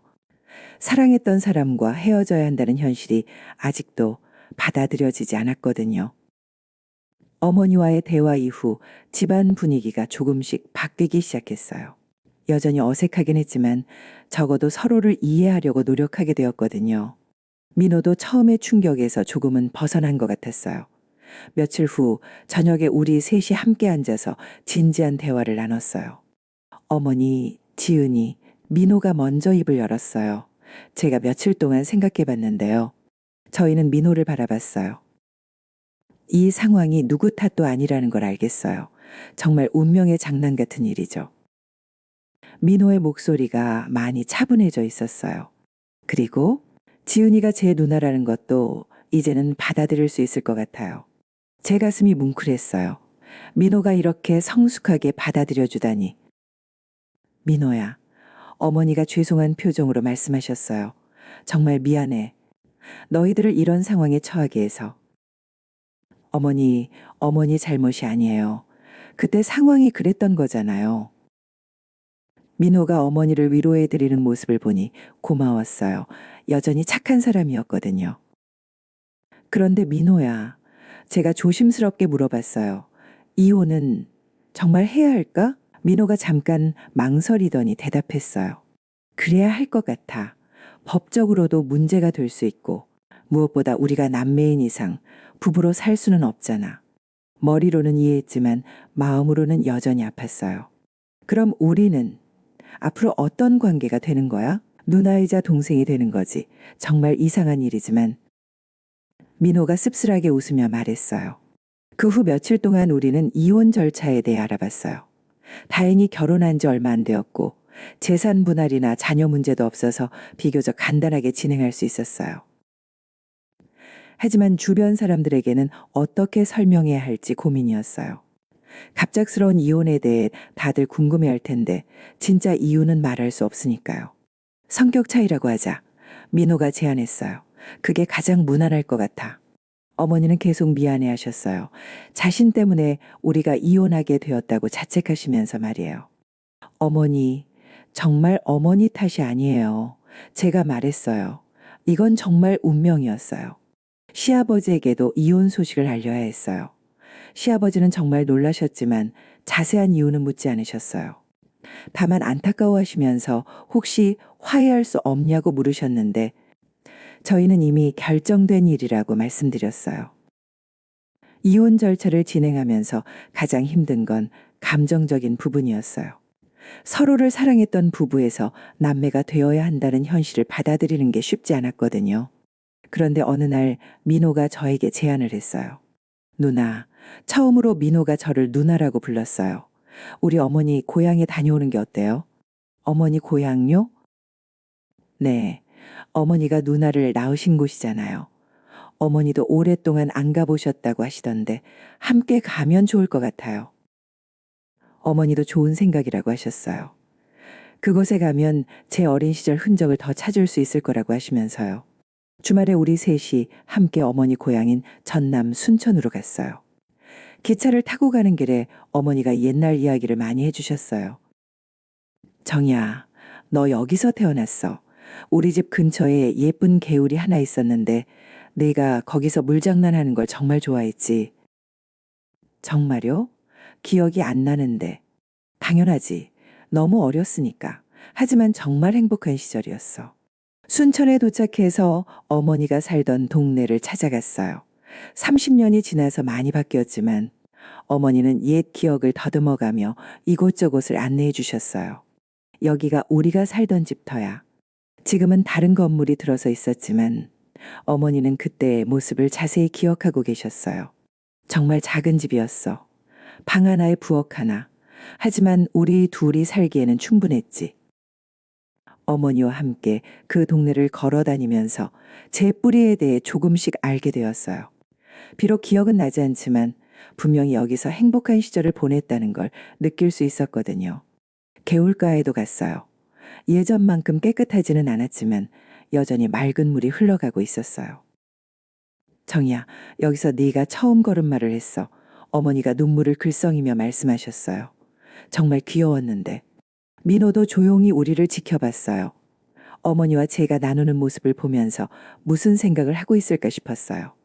점심을 먹으면서 어머니가 더 많은 이야기를 해주셨어요. 제가 어떤 음식을 좋아했는지, 어떤 장난감을 갖고 놀았는지, 그리고 어떤 말을 처음 했는지까지 말이에요. 정희는 정말 영리한 아이였어. 말도 빨리 배웠고 글자도 금방 익혔지. 그래서 더 아까웠어. 저런 똑똑한 아이를 내가 제대로 키워주지 못한다는 게. 어머니, 그런 말씀하지 마세요. 미안해. 계속 그런 생각이 들어서. 민호가 어머니를 위로했어요. 어머니, 누나 잘 컸잖아요. 훌륭한 사람이 되었어요. 그래, 정말 다행이야. 내가 못해준 걸 혼자서 다 해냈구나. 오후에는 어머니가 다니던 교회도 갔어요. 아직 그대로 있더라고요. 목사님도 어머니를 기억하고 계셨어요. 정희 씨, 정말 오랜만이네요. 그때 어린 딸과 함께 다니던 게 엊그제 같은데 목사님이 저를 보시더니 깜짝 놀라셨어요. 어머, 이 아이가 그때 그 정희인가요? 정말 많이 컸네요. 어머니가 그동안의 이야기를 간략하게 설명해 드렸어요. 목사님도 놀라시면서 하나님의 뜻이라고 하시더라고요. 힘든 시절을 겪으셨지만 이렇게 다시 만나게 해주신 게 기적이네요. 교회에서 잠깐 기도 시간을 가졌어요. 어머니와 저, 그리고 민호까지 함께요. 각자 다른 기도를 했겠지만 모두 앞으로의 평안을 바라는 마음이었을 거예요. 저녁에는 순천만 정원에 갔어요. 해질녘 풍경이 정말 아름다웠어요. 우리 셋이 함께 걸으면서 이야기를 나눴어요. 민호야, 어머니가 민호에게 말씀하셨어요. 너 때문에 미안해. 내 아내를 누나로 만들어버려서. 어머니, 괜찮아요. 처음에는 충격이었지만 이제는 받아들일 수 있어요. 정말 고마워. 이렇게 이해해줘서. 민호가 저를 보며 말했어요. 누나, 우리 이상한 남매가 되었네요. 그러게. 하지만 그래도 가족이니까. 민호가 웃으며 말했어요. 맞아요. 가족이에요. 그 순간 느꼈어요. 우리가 비록 부부에서 남매가 되었지만 여전히 서로를 아끼고 사랑하는 사이라는 걸요. 형태는 바뀌었지만 마음은 변하지 않았다는 걸 말이에요. 집으로 돌아가는 기차 안에서 어머니가 말씀하셨어요. 오늘 정말 행복했어. 너희 둘과 함께 내 고향을 다녀오다니. 저도 정말 좋은 하루였어요. 제 뿌리를 찾을 수 있었고 어머니의 과거도 더 이해할 수 있었거든요.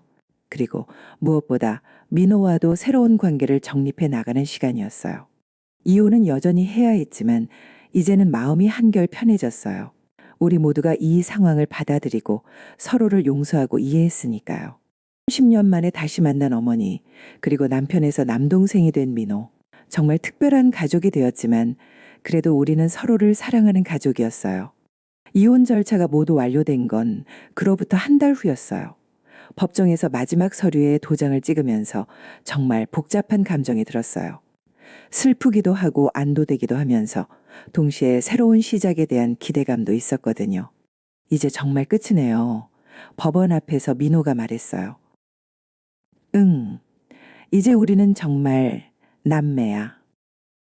누나, 앞으로도 잘 지내요. 민호야, 너도 고마워. 이렇게 이해해줘서. 우리는 서로 포옹했어요. 예전에는 부부로서의 포옹이었다면 이제는 남매로서의 포옹이었어요. 느낌은 달랐지만 여전히 따뜻했어요. 이혼 후 저는 어머니와 함께 작은 아파트로 이사했어요. 처음으로 어머니와 단둘이 사는 생활이 시작된 거였죠. 30살에 시작하는 모녀의 동거였어요. 처음에는 서로 어색했어요. 30년 동안 떨어져 있다가 갑자기 함께 살게 되었으니까요. 하지만 시간이 지나면서 점점 자연스러워졌어요. 정희야, 아침 먹어라. 네, 아침 어머니가 차려주시는 밥상을 받으며 행복을 느꼈어요. 어릴 적에 못 누렸던 어머니의 사랑을 이제야 받고 있다는 생각이 들었거든요. 어머니도 달라지셨어요. 예전에는 항상 미안해하시고 죄책감에 시달리셨는데 이제는 많이 밝아지셨어요. 제가 옆에 있다는 것만으로도 큰 위안이 되시는 것 같았어요. 정희야, 아침 먹어라. 네, 아침 어머니가 차려주시는 밥상을 받으며 행복을 느꼈어요. 어릴 적에 못 누렸던 어머니의 사랑을 이제야 받고 있다는 생각이 들었거든요. 어머니도 달라지셨어요. 예전에는 항상 미안해하시고 죄책감에 시달리셨는데 이제는 많이 밝아지셨어요. 제가 옆에 있다는 것만으로도 큰 위안이 되시는 것 같았어요. 정희야, 너와 함께 살 수 있게 되어서 정말 행복해. 저도요, 어머니. 어머니는 제게 어릴 적 못해주신 걸 지금이라도 해주려고 애쓰셨어요. 제가 좋아하는 음식을 만들어주시고 함께 쇼핑도 가시고 때로는 어린아이처럼 제 머리도 빗어주셨어요. 어머니, 제가 이제 30인데 어머니한테는 언제나 어린 딸이야. 그런 어머니의 모습이 때로는 부담스럽기도 했지만 대부분은 고마웠어요. 30년 동안 받지 못했던 모성애를 이제야 받고 있다는 생각에 가슴이 뭉클했거든요. 민호와는 일주일에 한 번씩 만났어요. 처음에는 어색했지만 시간이 지나면서 정말 남매 같은 관계가 되어갔어요. 누나, 요즘 어떠세요? 좋아. 어머니랑 잘 지내고 있어. 다행이에요. 어머니도 많이 밝아지신 것 같아요. 민호도 혼자 살면서 힘들지 않아? 괜찮아요. 오히려 자유로워서 좋아요. 우리는 가끔 함께 영화를 보러 가기도 하고 식사를 하기도 했어요. 예전에는 연인으로서 만났다면 이제는 정말 남매로서 만나는 거야. 아버지, 이상한 운명이지만 그래도 좋은 결과야. 민호도 누나가 생겨서 좋아하고 정희도 딸을 되찾아서 행복해하고 정말 그랬어요. 처음에는 충격적이고 혼란스러웠지만 결과적으로는 모두가 행복해진 것 같았어요. 몇 달 후에는 더 큰 기쁜 소식이 있었어요. 제가 임신을 한 거예요. 이혼하기 전에 생긴 아이였는데 그때는 몰랐던 거였어요.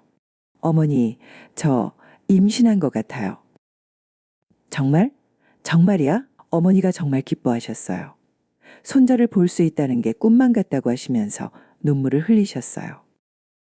민호에게도 알려드렸어요. 민호는 복잡한 표정을 지었지만 결국 기뻐해 주었어요. 누나, 축하해요. 제가 삼촌이 되는 거네요. 응, 삼촌. 정말 이상한 상황이었어요. 아이의 아버지는 민호이지만 이제 민호는 아이의 삼촌이 되는 거였죠. 하지만 우리는 이것도 받아들이기로 했어요. 아이에게는 아빠가 하늘나라에 있다고 말하기로 했죠. 임신 기간 동안 어머니가 저를 정말 잘 돌봐주셨어요. 하루도 빠짐없이 몸조리에 신경 써주시고 태교에도 함께 참여해 주셨어요. 정희야, 우리 손자 태명을 뭐라고 할까? 어머니가 지어주세요. 그럼 희망이라고 하자. 우리에게 새로운 희망을 가져다 준 아이니까 정말 좋은 이름이라고 생각했어요. 이 아이가 우리 가족에게 새로운 희망이 될 거라는 생각이 들었거든요. 출산 예정일이 다가오면서 모든 가족이 들뜨기 시작했어요. 어머니는 손자를 위한 용품들을 하나하나 준비하셨고 민고도 삼촌으로서 할 일들을 찾아서 하려고 애썼어요. 누나, 제가 아이방 꾸며드릴게요. 고마워, 민호야.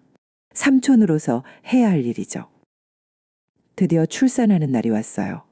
진통이 시작되면서 어머니와 민호가 함께 병원에 와 주었어요. 정희야, 힘내. 어머니가 옆에 있어. 어머니가 제 손을 꼭 잡아주시면서 힘을 내라고 하셨어요.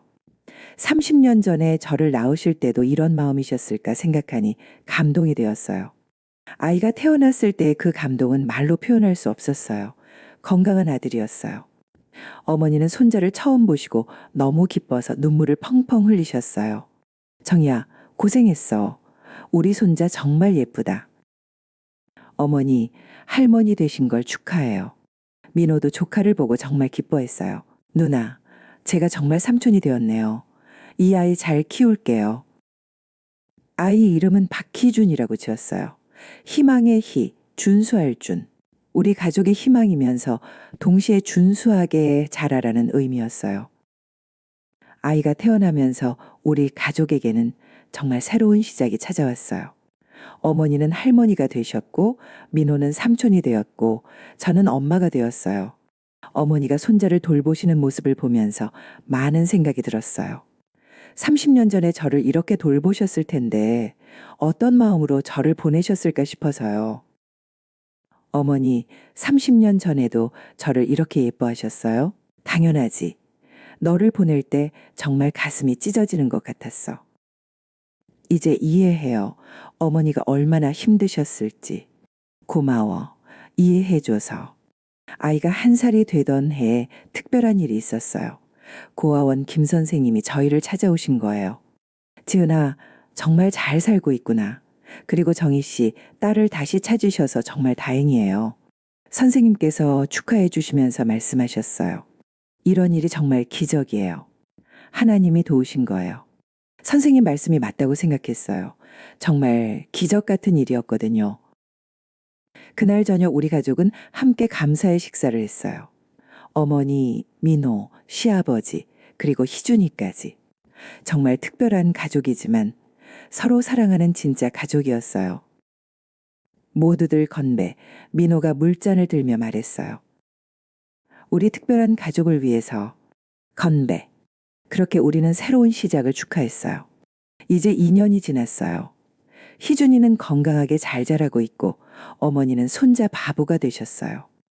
민고는 좋은 사람을 만나서 다시 결혼할 예정이고 저는 어머니와 아들과 함께 평범하지만 행복한 일상을 보내고 있어요. 가끔 생각해요. 만약 그때 시어머니가 제 친어머니라는 걸 몰랐다면 어떻게 되었을까? 아마 계속 갈등하면서 살았을 수도 있고 어머니는 평생 저를 못 찾으셨을 수도 있겠죠. 하지만 운명은 정말 신기한 것 같아요. 30년 만에 어머니를 찾게 해주었고 비록 남편은 잃었지만 진짜 가족을 되찾게 해주었어요. 어머니 행복하세요? 당연하지. 내 딸이 옆에 있고 손자도 있는데 어떻게 행복하지 않겠어? 저도 행복해요. 정말 그래요.